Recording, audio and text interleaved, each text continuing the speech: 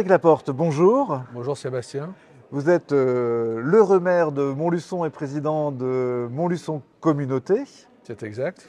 C'est combien de communes, Montluçon Communauté? 21 communes. 21 communes. Ce n'est pas une très grosse PCI en nombre de communes.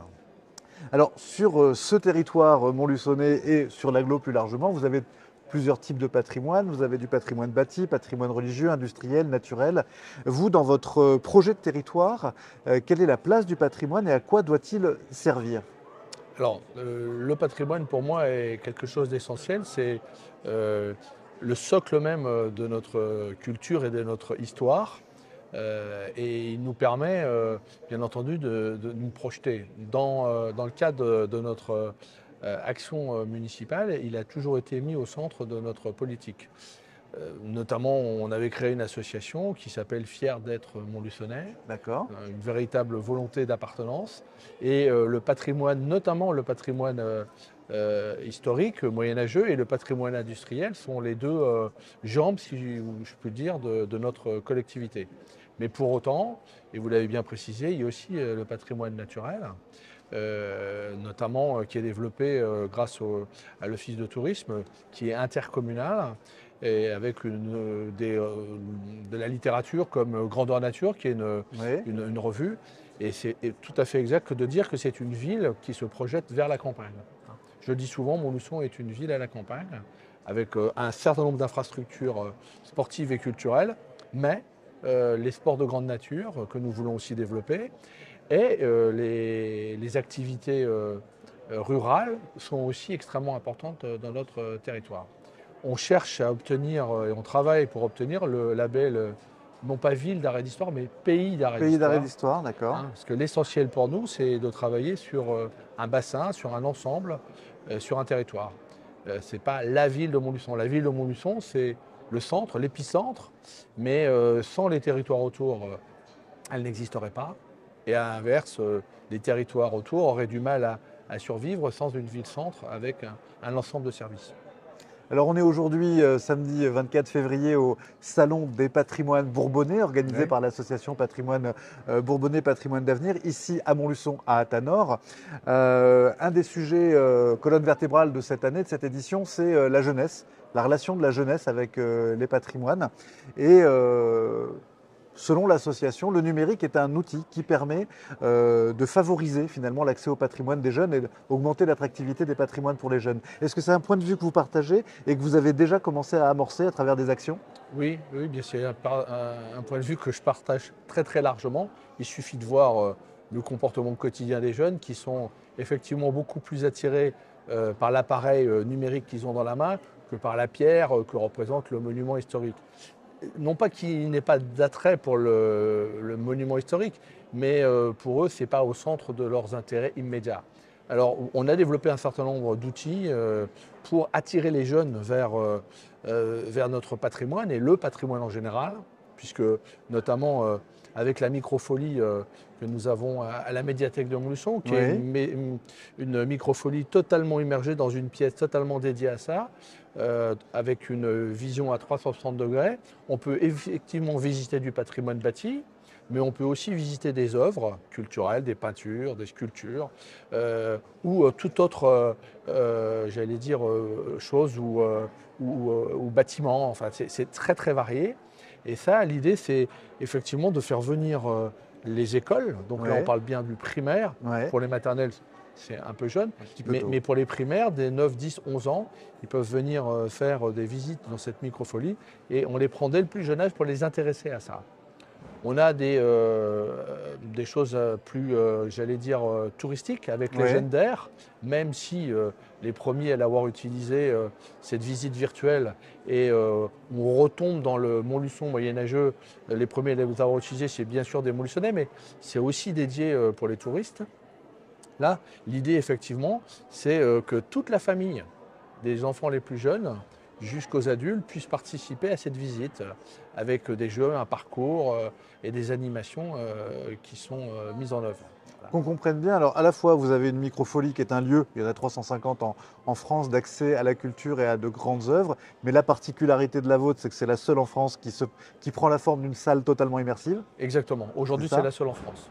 Et vous avez également donc un parcours de découverte en réalité augmentée qui permet, en se promenant dans le Montluçon ancien, de redécouvrir comment c'était au Moyen-Âge. Tout à fait. C'est Voilà, bien ça. c'est tout à fait ça. Ces deux exemples, c'est peut-être les plus marquants et les plus structurés, mais c'est deux exemples de l'intégration du numérique dans notre politique patrimoniale. Il y en a d'autres, notamment sur la numérisation d'un certain nombre d'objets ou de bâtiments. Oui. Et puis dans le cadre des travaux, on en parlera peut-être au château des Ducs de Bourbon et du musée, on aura effectivement l'intégration du numérique et d'images numériques pour retracer l'histoire de la cité médiévale.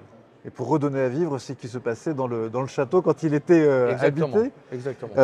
Oui, effectivement, un gros travail de rénovation du château des Ducs de Bourbon, qui est au cœur de la cité médiévale de Montluçon, avec un objectif d'ouverture quand?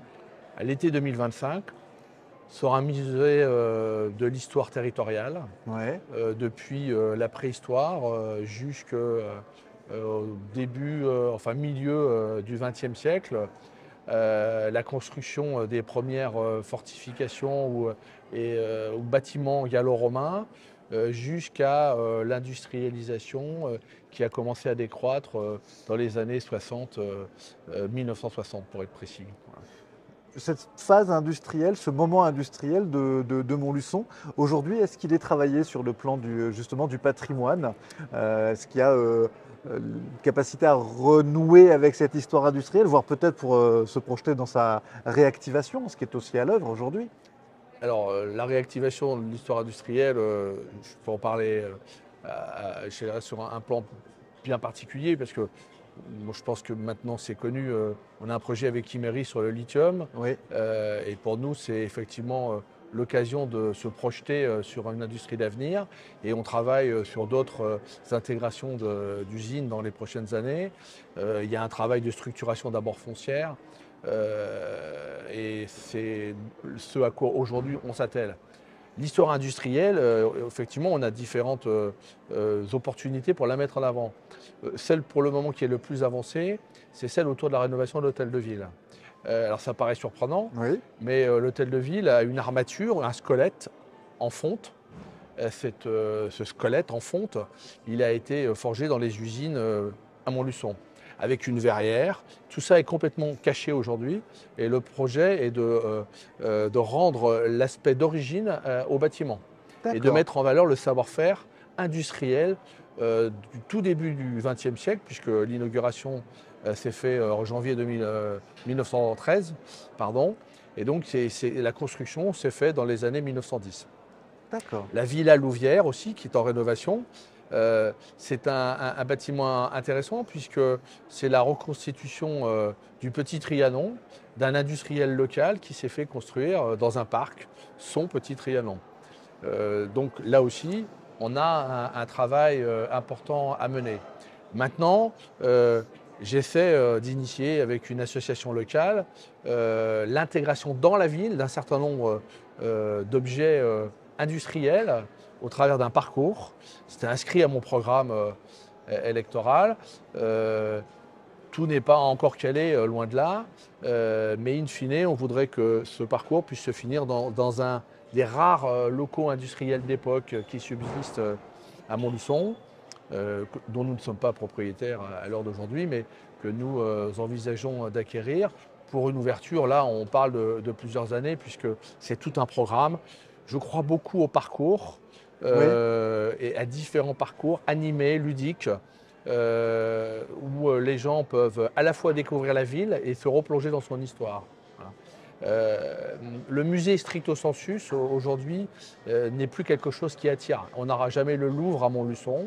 Il faut des musées, j'allais dire, assez restreints, où les visites sont assez courtes, mais elles sont plongées dans un cadre beaucoup plus large, au cœur de la ville, avec un intérêt important, c'est qu'en plus ça fait vivre la ville. Oui. Voilà.